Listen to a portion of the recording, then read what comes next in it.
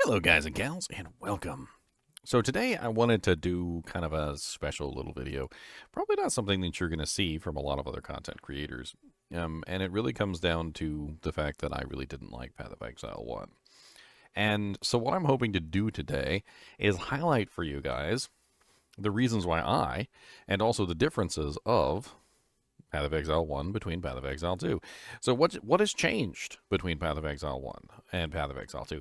What has made me interested in playing the game, whereas I was not interested in playing before? And that's what we are going to go over today. So without further ado, let's hop right into some of the changes, and we're going to be starting with the support gems.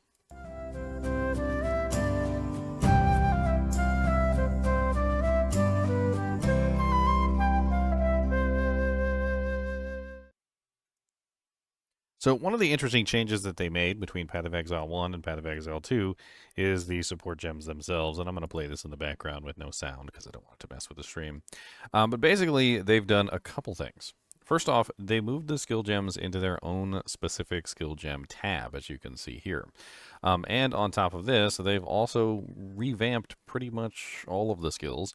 Some of them are still very similar to they were in Path of Exile 1, but there are definitely some good changes to them and updates to the way that they function.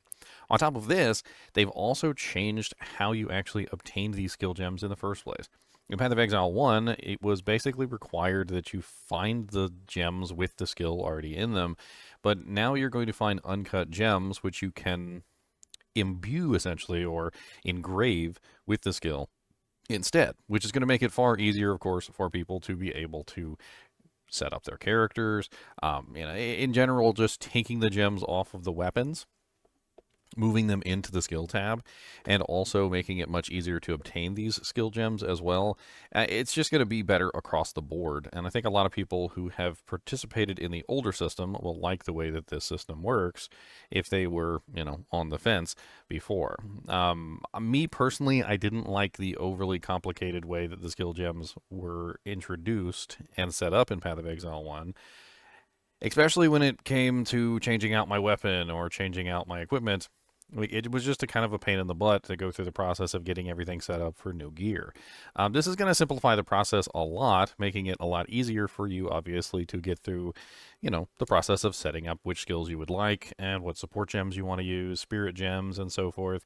And if you'd like a overview on those, I do have like an entire thing on pretty much just the skill gems. So going over all the skill gems, and of course it moved on to the passive skill tree. Now the passive skill tree is something that has changed as well, and it is something else that we can talk about. I didn't really want to do this right this second, but since it did flow naturally into the skill tree, we might as well pull this in.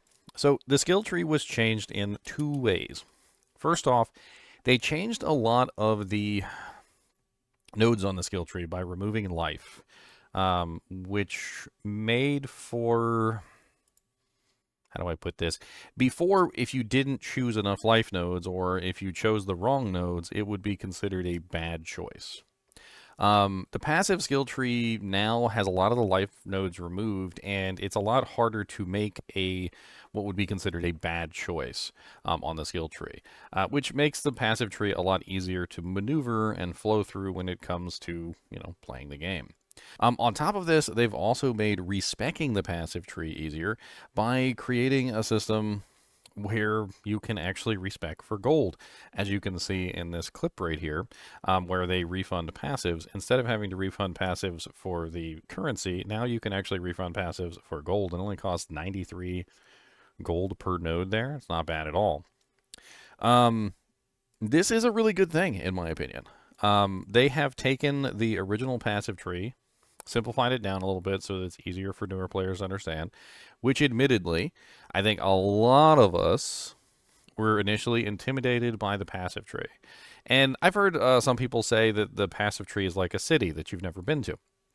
And of course, you're going to be intimidated by the city. But people who live in that city and know the city very well aren't intimidated by it. They know the city. It's their favorite place. They know where their favorite restaurant is, and they know where the 7-Eleven is down the street and how to get to the local, constabulary. It's just, in general, if you've lived in the city for a really long period of time, you know it. But it is intimidating for people who have never participated in the tree, and so making it difficult to respec the tree was not really the greatest idea. And the tree having a lot of ways that you could potentially go wrong was also not potentially a good idea. So having the tree be able to refund points for gold, for basically your standard currency, is a lot better for experimentation when it comes to newer players. On top of this, they've also added in an ability to dual specialize. And I don't know if they're going to show the dual specialization here. But dual specialization is basically where you have two different weapons. And having those two different weapons allows you to dual specialize into two different sections of the tree. Let me pause it real quick. I will come back and I'll show you the dual specialization. All right, so here is the weapon specialization section. I'm actually going to let you guys listen to this part. Earlier on the Sorceress, you can swap between weapon sets on the fly as you use certain skills. One of the new features in Path of Exile 2's passive tree is that you can choose to have your passive tree change as you switch between weapon sets to take advantage of specific bonuses on the tree. For the Sorceress, you might want to change between fire and lightning specialization. So as you can see here, a new feature entirely is that you're going to be able to change between two different weapons and two different passive specs, essentially enabling you to get a large amount of damage out of one weapon or another. Some of the examples they gave were, having like a warrior with a one-hand and a shield, and then having an alternate specific spec with, like a big two-hander, allowing you to get some very high damage on the two-hander when you're using that, which is pretty freaking cool. On top of this, they've also changed the passive tree in another way, which is through passive gems. Now, the passive gems are in the tree themselves, and I do actually have the timestamp here for the passive gems, and this is actually pretty cool. So I'm going to fast forward to this, and we're going to take a look at the passive gems real quick. I'm going to rewind just a little bit so you can see the passive gems. Is where you'll find jewels, which you can socket into your tree. These are like passives that you can craft with your currency items. They can be really powerful as they allow you to stack modifiers that may not be easily accessible on the tree normally. This jewel gives lightning damage and shock chance, for example. There are quite a few jewel sockets on the tree, so it's possible to gain a lot of power here. There are also other types of jewels that don't provide any bonuses themselves, but affect other passives surrounding them. This jewel increases the effect of small nodes and radius by 25%. With careful placement in the tree, you could get a significant amount of power from it. There are also unique jewels available with very interesting effects, but you will have to find those for yourself. Yeah, pretty cool. In order to So on top of this, they've also added some other interesting things into the game, like, for instance, the item shops in PoE2 are actually useful, unlike the item shops in PoE1. They even stated this during the stream. So as you're like going along and you're actually watching this stuff, you'll see them talk about like the item shops, and they're like the item shops actually have useful items now, and they kind of chuckled a little bit, which I thought was kind of funny. Another thing that you'll notice just by simply looking at the stream is the Flask system is much different than PoE1. You can see down here that we have two flasks, and if I pull up a screenshot of PoE1, I can show you the difference between the flasks. So here you see a screenshot of PoE1, and you can clearly see that in the original PoE, there was multiple flask slots, and there was also it's kind of a pain in the butt because not only did you have multiple flask slots, but there was also an order which you would want to use the flasks in, and it was definitely not one of the best systems that had in PoE1. Now, the flask system in PoE2 is explained in this, and I'm going to pause it and bring us to that part. All right, so here we go. This is the Flask system. We're going to watch this real quick. Noticed in the bottom left of the screen that the flask slots look a little different. In PoE2, you have one dedicated life flask slot and one mana flask slot. Flasks gain charges as you kill enemies, and typically allow you to heal 6 or 7 times if they're full. But that's not the only thing you can use charges for. Charms are a new item type that will automatically defend you from various debuffs or damage types. Having trouble with getting frozen? Equip a Thawing Charm. When it's fully charged, it will make you immune to freeze for 3 seconds if you get frozen. To recharge them, just kill more monsters. You can gain more slots for charms by upgrading your belt. Every charm. The Mercenary wields a crossbow that can be loaded with different ammo types. So as you can see, we also have the Flask system, which has changed. This is a pretty huge change, honestly, especially with the way that the Flask system worked originally. A lot of people weren't happy with the original Flask system. The new Flask system looks a lot more interesting. However, it also looks a little bit more difficult, too. There are some variations, like to refill your flasks, you have to either kill unique monsters or elite monsters, or you have to go back to town and click on a special well, which will refill all your flasks. This will make things slightly more difficult, but it also means that you need to be more tactical with the flasks instead of just simply spamming them, which, in general, you probably shouldn't be spamming them anyway. One thing that you may have noticed through this footage is dodge rolls. So dodge rolling is something that you can do in Path of Exile 2 now. It is something that's been present in a lot of other ARPGs, like Diablo 4, for instance, has dodge rolling. But you'll see the characters every now and then that dodge roll. And this means that you are going to be able to get out of danger. Now, in Diablo 4, for instance, there is a certain number of rolls that you have available to you, or evades as they call them in the game, and you can only roll a certain number of times without explicitly being, like in danger, because you're going to run out and then you have a cooldown. In this particular version, they didn't say that there was any kind of limit to the rolls. They did explicitly say that there were going to be iframes while you were rolling, invincible frames, so do keep that in mind as well. And as I've been watching, I have not seen a character roll yet. Not a single roll.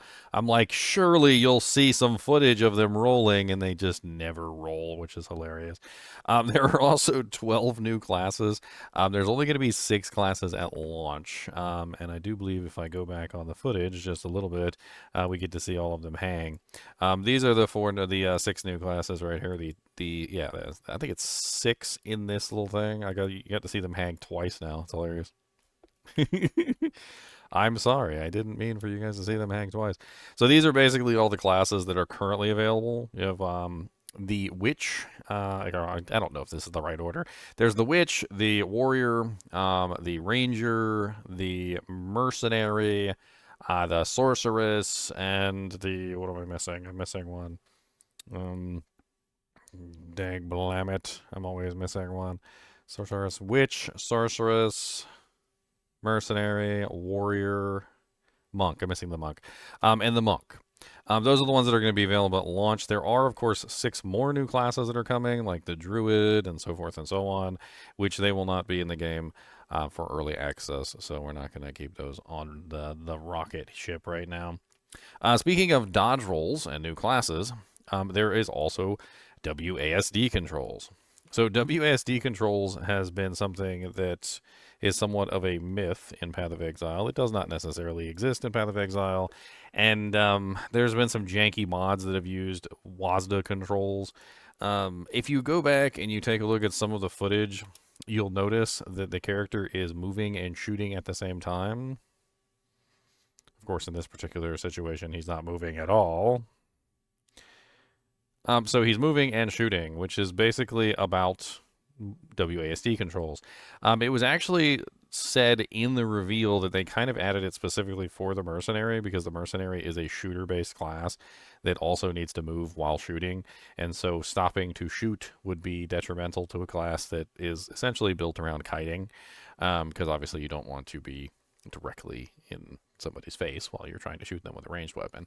And you can clearly see that he's shooting and moving at the same time, which is the WASD controls. So combined together with the dodge rolls, the WASD controls, as well as a large number of mobility changes, it should also be very apparent that the combat in Path of Exile 2 is just superior. And to Path of Exile 1 in just about every way. Path of Exile 1 was a very clunky sort of a movement system. It's hard to explain exactly, but it was certainly not the best movement system out there. Mobility was not really the greatest. WASD controls weren't available. Dodge rolling was not possible. And in general, a lot of the abilities also did not offer movement in combination with the attacks. So you were often left feeling out of control of your character. In Path of Exile 2, they kind of sought to fix this, not only by adding WASD controls and dodge rolls, but they've also stated that a lot of the abilities have sort of movement things tied into them. In fact, the Monk is one of the extreme versions of that because, according to what they're saying, basically everything on the monk moves you around in some way, shape, or form, allowing you to dodge in and out of combat and avoid attacks, which is very good. Speaking of which, there are also 4 brand new weapon types. Now, I don't have them to show you right off the bat, but I am going to talk about them. So first off, we have a new ranged melee weapon hybrid, which is a spear, alongside a strength and intelligence-based flail that focuses on critical attacks. There are also a crossbow with different ammo types, and they did talk about this with the mercenary. So if we like go to the mercenary portion of the video, they were kind of going over the different ammo types with the mercenary when they were talking about the merc. Because the mercenary is the one that's going to be using these crossbows. Of course, anybody can use the crossbow, but technically they were made for the mercenary. And how they work is they load different ammo types, and the different ammo types allow the crossbows to function in different ways.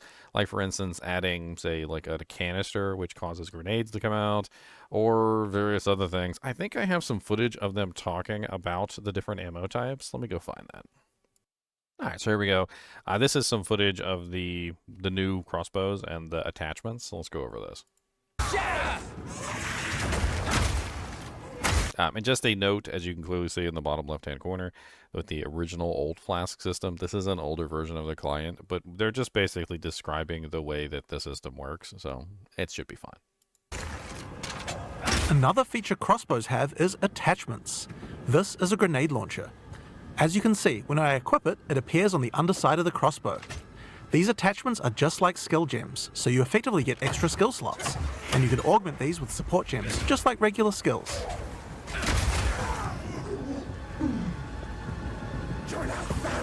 Fire in the hole!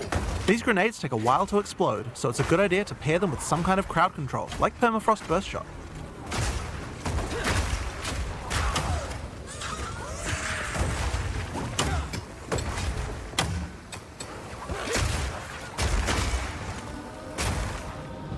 We have other grenades too though. This attachment is a flash grenade. It does barely any damage, but it does a huge amount of stun. It can be a great opener before you run into combat.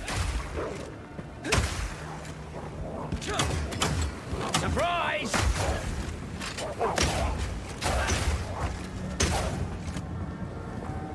Now, here's another attachment, an oil grenade. Firing one of these grenades coats the ground and nearby enemies in oil. Oil slows enemies down, so it's another useful crowd control mechanic. And you can light it on fire.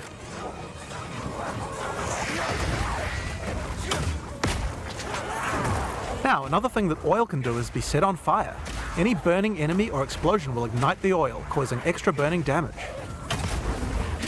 So as you can see, not only do they have improved controls of the game, and not only do they have improved like ability to dodge roll and movement in general, but on top of that you can see they have added new weapons specifically for this character that is based around an increased mobility, and added multiple different types of ammunition that you can add into the new crossbow. So there are currently flash grenades, and there's also oil canisters, which can definitely be used to augment the way that your character functions. I'm going to let this play in the background while we move on to the next one, which I've got so many different points here. Another one is the dual couch co-op. So they've added couch co-op into the game, and I'm assuming this is referring specifically to like the PlayStation and Xbox systems. That basically is going to allow you to sit on the couch with your friend and you get to play together. I've actually seen some screenshots of PoE2 couch co-op, and I'm sure I can find one right now. And it looks pretty neat. The panel is just kind of spread out over both sides. And there's a couple of pictures of it here. This is a thumbnail from somebody's YouTube video, but that'll work just fine. As you can see, it puts both of the panels on the right and the left. So you end up with 2 skill panels, one on the right, one on the left. And it essentially just allows you to play together. I don't think couch co-op is probably going to be accessible for PC. That's usually not the case. But couch co-op for PlayStation and Xbox, so you can both sit on the couch together and play. Speaking of consoles, cross progression and cross play has been confirmed. So that means that not only can you play on your console, and still hop onto your PC with the same characters, but you can also, at the same time, play with your friends that are on console. So if you have a friend who was on console before and you wanted to play with them, that wasn't really something that you could do. But now you are going to be able to play with the Xbox and the PlayStation users as well as the PC users, depending on what console you're on. So everybody gets to be one big happy family, which is always nice. Another extremely good change that they made, and this is one that's kind of hard to overstate, is the change of basically reworking gold as the primary currency. So gold is now the primary currency instead of shards, and it allows you to respec your character. You can purchase equipment from the shops. I think making gold the primary currency is going to open up the game so much more to the more newer characters, the newer players who are not really quite sure what to do and, generally don't have the best knowledge of what currency to keep, what currency they shouldn't keep, which ones are valuable, which ones aren't, and so forth and so on. And so it just kind of gets kind of crazy for the newer players. And I think that the change for, switching to gold for the primary currency is massive. Just absolutely massive. Trying to see if there's anything else that I left out. I think I've covered most of this stuff. Gems in the passive tree, the Flask System, enhanced gem functionality, the skill gems getting their own tree, items in the shop actually being useful, the Flask System being completely overhauled, dodge controls, WASD controls, 12 new classes, 6 at launch, 4 brand new weapon types, movement and combat way less clunky than PoE1, dual specializing the passive tree, couch co-op, cross progression. I'm sure there's maybe something that I've missed. But what I'm trying to kind of get across to you guys is that PoE2 is such a massive departure from PoE1 in terms of the things that matter. Yes, there are going to be things that are going to stay the same. There always are. In fact, whenever you move from one to another, you're always going to have things that are the same. In fact, a lot of people have said that this right here that they're showing on the screen right now is just identical to what was in the game before, just more visually represented. But it is still a change to have that entire map there with how that they've represented it. And even some of the features that they did keep have been rebalanced and changed in a lot of ways to make them feel unique and fresh. So there is also that. The crafting bench is also gone, which I never really played around like an amazingly large amount in the crafting bench because, quite honestly, I just didn't really enjoy Path of Exile 1. So I didn't really go as deep into the game as a lot of other people did. And that's kind of like the entire point of this, is that I didn't really have fun with PoE1. And a lot of the things that I didn't have fun with have been changed. They've been updated. I feel like PoE2 is such a massive departure from the way that PoE1 worked that I'm actually pretty excited for it overall because it seems to me they've fixed a lot of my major gripes with the franchise overall. And I think it's definitely worth a try.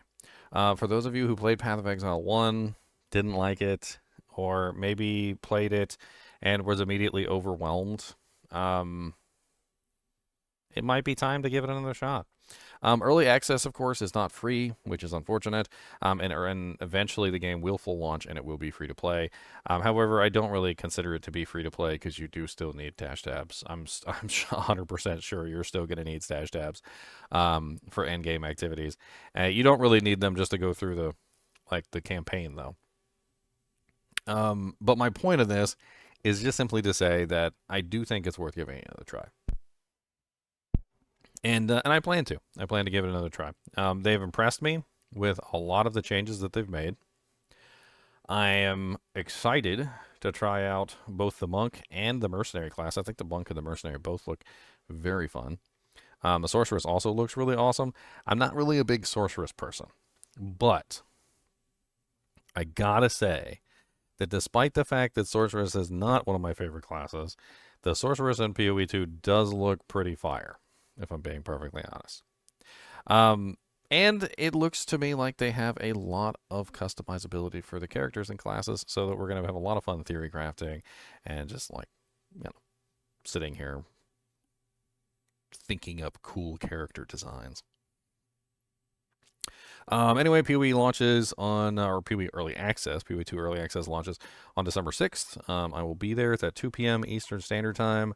If the servers are having a heart attack meltdown, Diablo 2 Resurrected Season 9 is also on the same day and launches at 8 p.m. Eastern Standard. So they got a whole 6 hours to convince me that the servers aren't melting down into oblivion.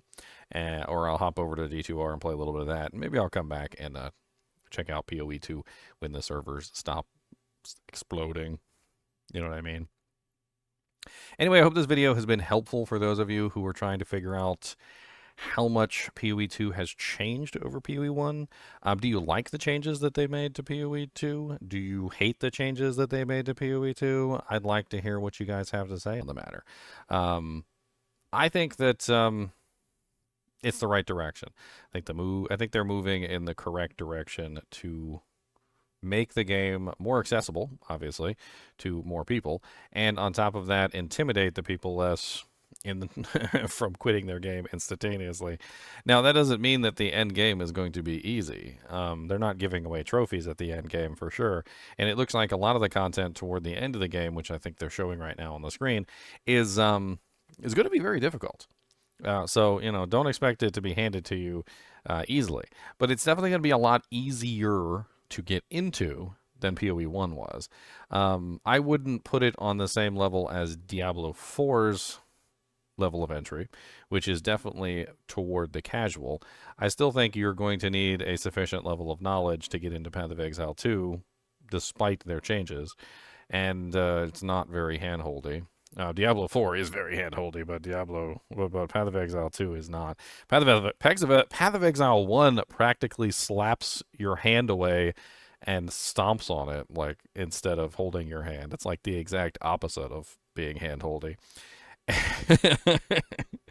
But it looks good. It looks really fun, and I'm excited to give it a try. I think I'm picking Mercenary. Mercenary has impressed me. I've been looking at Mercenary. I've been going into the skills, thinking about what I want to do. And Monk and Mercenary both really are attractive to me, and I might end up making both of them. But I think I might start out as a Merc. I think I'm all about that Merc life. Let's try the Merc out first, and then if it fails miserably, then I can hop over to the Monk. The